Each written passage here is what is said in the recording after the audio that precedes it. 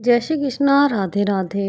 वैशाख माह की आप सबको बहुत बहुत मंगल बधाई हो। वैशाख मास सब प्राणियों की मनोकामनाओं को सिद्ध करता है। भगवान विष्णु की कृपा प्राप्त करने के लिए इस महीने में सूर्य उदय से पूर्व स्नान करना चाहिए। पुराणों के अनुसार वैशाख के महीने में भगवान विष्णु की आज्ञा से जन कल्याण हेतु जल में समस्त देवी देवता निवास करते हैं। वैशाख मास में स्नान दान का विशेष महत्व है। वैशाख मास में भगवान विष्णु और कृष्ण जी की पूजा का बहुत अधिक महत्व है। वैशाख मास की अगर विशेषता की बात करें तो वैसाखी सिख कैलेंडर का सबसे महत्वपूर्ण त्यौहार है, जो हर साल 14 अप्रैल को वैशाख के पहले चंद्र महीने में मनाया जाता है। इस दिन खालसा की स्थापना की गई थी और समागम, नगर कीर्तन, गतका प्रदर्शन, अखंड पाठ आदि के रूप में बहुत सारे उत्सव मनाए जाते हैं। इस मास में जल दान का विशेष महत्व है। यदि संभव हो तो इन दिनों में प्याऊ लगवाएं या किसी प्याऊ में मटके का दान करें। किसी ज़रूरतमंद व्यक्ति को पंखा, खरबूजा, अन्य फल, अन्न आदि का दान करना चाहिए। वैशाख मास में अक्षय तृतीया पर भगवान विष्णु ने नर नारायण, नरसिंह और परशुराम जैसे कई अवतार लिए थे। ऐसा माना जाता है कि वैशाख शुक्ल पक्ष की नवमी को देवी लक्ष्मी माता सीता के रूप में पृथ्वी से प्रकट हुई थी। अब हम वैशाख मास महात्म्य कथा अध्याय 3 का आरंभ करते हैं। नारद जी बोले, हे राजन, जो मनुष्य वैशाख मास में श्रेष्ठ ब्राह्मण हो तथा धूप से थके हुए ब्राह्मणों को सुंदर श्रम नाशक पलंग या शैया दान करे व उस पर सुलाकर ठंडी ठंडी हवा करे तो संपूर्ण धर्मों के साधन से उसका शरीर निरोग तथा कुंदन सा हो जाता है तथा सब पाप शांत हो जाते हैं। उसे संसार के जन्म मरण और वृद्धावस्था के कष्ट नहीं भोगने पड़ते। जीवन भर के अनजाने किए हुए पाप नष्ट हो जाते हैं। इसी जन्म में सब सुख भोगने को मिलते हैं। कुल की वृद्धि होती है, बड़ी आयु होती है, यश और धैर्य मिलता है। उस धर्मात्मा के कुल में 100 पीढ़ी तक कोई अधर्मी नहीं होता। जैसे अग्नि के स्पर्श से कपूर जल जाता है, वैसे ही दान देने वाला अपार फल पाता है और पृथ्वी का राज्य भोगकर अंत में योगियों को भी दुर्लभ ब्रह्म पद को पाता है।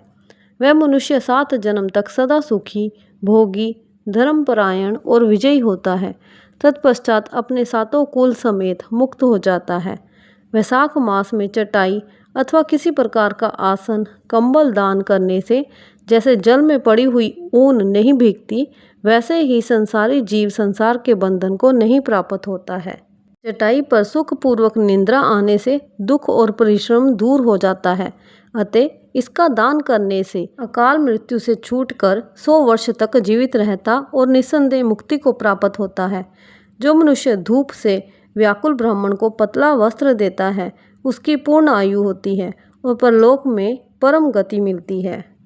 कपूर भीतर की गर्मी को दूर करता है। अतः कपूर दान करने से मोक्ष मिलती है और दुख का नाश होता है। जो ब्राह्मण को फूल और कुमकुम दान करे तो सार्वभौम राजा हो और सब प्राणी उसकी आज्ञा में रहें, वह पुत्र तथा पुत्रादि से युक्त होकर सब भोगों को भोग मोक्ष पाता है। चंदन सेवन करने से त्वचा और हड्डी का संताप तत्काल दूर हो जाता है। अतः जो चंदन दान करता है वह तीनों तापों से दूर हो मोक्ष को पाता है। जो जल में भीगी हुई खस, चंपा या कुश का दान करता है, उसके सब पाप और दुख दूर हो जाते हैं। वह प्राणी सब प्रकार के सुख भोगता है और सब देवता उसकी सहायता करते हैं। गोरोचन और कस्तूरी दान करने वाला तीनों तापों से छूट जाता है। सेवती और जूही का दान करने से सार्वभौम राजा होता है। केतकी और मलिका का दान करने वाला माधव भगवान की आज्ञा से अंत में मोक्ष पद को प्राप्त होता है। जो मनुष्य ब्राह्मण को सुपारी और अन्य सुगंधित द्रव्य व नारियल दान करता है, उसके पुण्य के फल चित्त लगाकर सुनो। वह 7 जन्म तक ब्राह्मण के घर जन्म लेता और धनवान तथा वेद पाठी होता है। फिर वह 7 कुल समेत विष्णु लोक को जाता है। जो प्राणी विश्राम मंडल बनवाकर ब्राह्मण को दान करे, उसका पुण्य फल कहने की सामर्थ्य नहीं।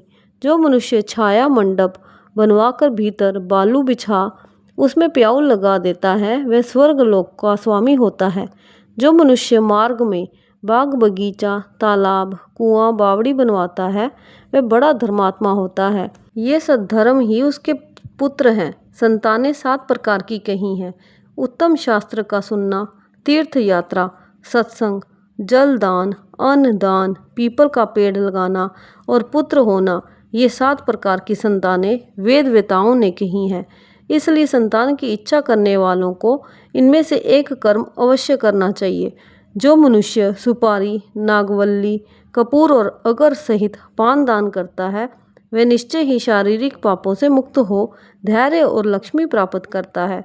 जो मनुष्य वैशाख मास में तापनाशक छाछ का दान करता है, नींबू का रस और नमक डालकर अरुचि नाशक जल का दान करता है तथा गर्मी से व्याकुल ब्राह्मण को दही की लस्सी पिलाता है, वह विद्यावान और धनवान होता है।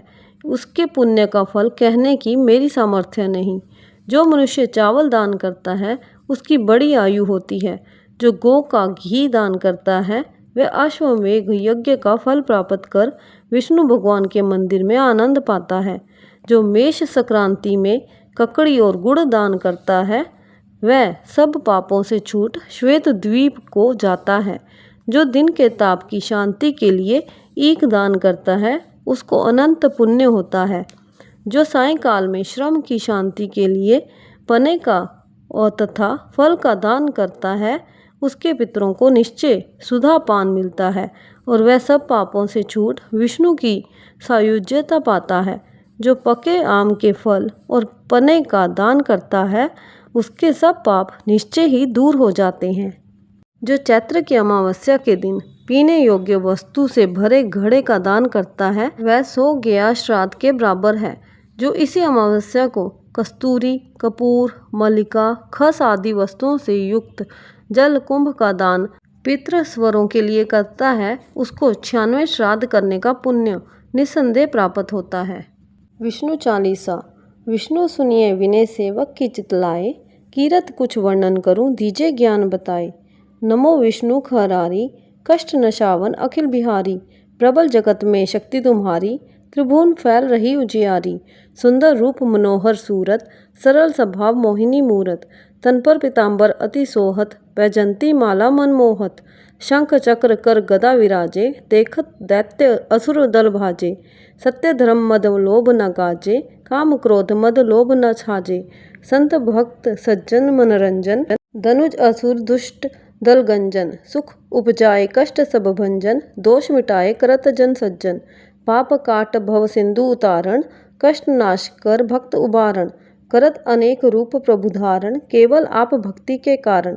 धरणी धेनु बन तुम्हें पुकारा, तब तुम रूप राम का धारा।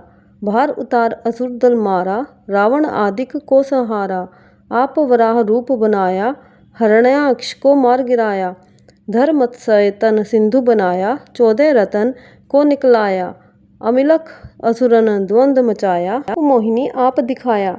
देवन को अमृत पान कराया, असुरन को छवि से बहलाया। कुम्र रूप धर सिंधु मचाया, मंद्राचल गिरि तुरत उठाया। शंकर का तुम फंद छुड़ाया, भस्मासुर को रूप दिखाया।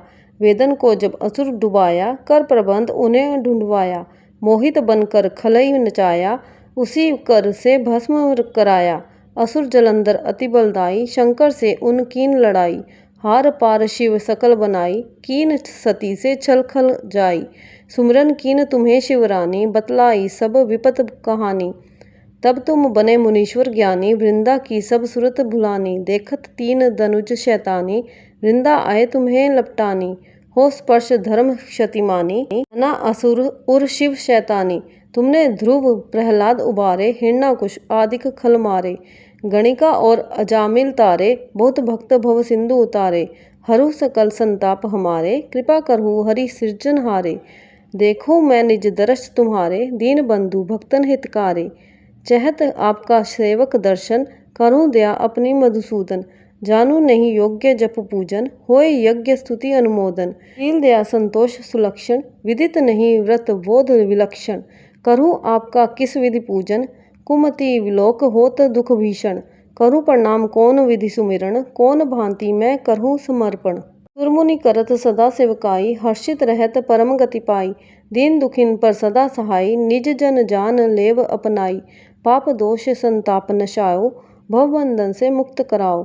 सुख संपत्ति दे सुख उपजाओ, निज चरणन का दास बनाओ। निगम सदा ये विनय सुनावे, पढ़े सुने सो जन सुख पावे। इति श्री विष्णु चालीसा। जय विष्णु भगवान की जय, माँ लक्ष्मी की जय। जय जय श्री राधे श्याम, जय जय श्री राधे श्याम।